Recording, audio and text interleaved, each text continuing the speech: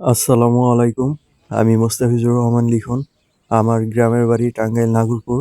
নাগরপুর থেকে মানিকগঞ্জ আসার সময় সুন্দর একটা জায়গা দেখছিলাম। সেখানে আমি আর আমার কাকা সেখানে দাঁড়িয়েছিলাম।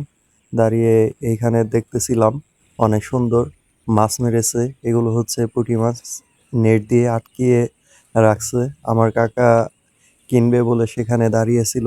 আর এখানকার ভিউটা অনেক সুন্দর। আমরা এখন এখান দিয়ে নিচে গিয়ে দেখব মাছগুলো। কাছ থেকে দেখার খুব ইচ্ছা হয়েছে। আমরা এখন নিচে যাচ্ছি। নিচে যাওয়ার সময় মনে হচ্ছিল কি মাউন্ট এভারেস্টের চূড়া থেকে আমরা নিচে নামতেছি।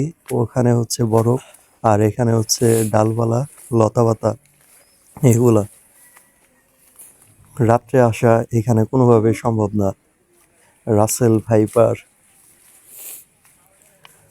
আমরা সামনের দিকে যতই যাচ্ছিলাম ততই ভয়ঙ্কর ভয়ঙ্কর দেখা যাচ্ছিল রাস্তাগুলো।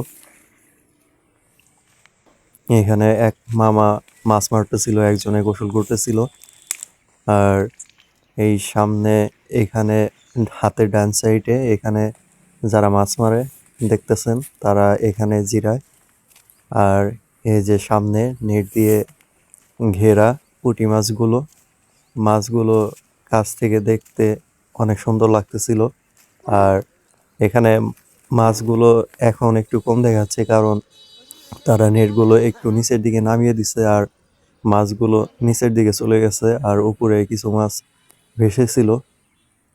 যাই হোক, কাছ থেকে অনেক সুন্দর লাগতেছিল মাছগুলো।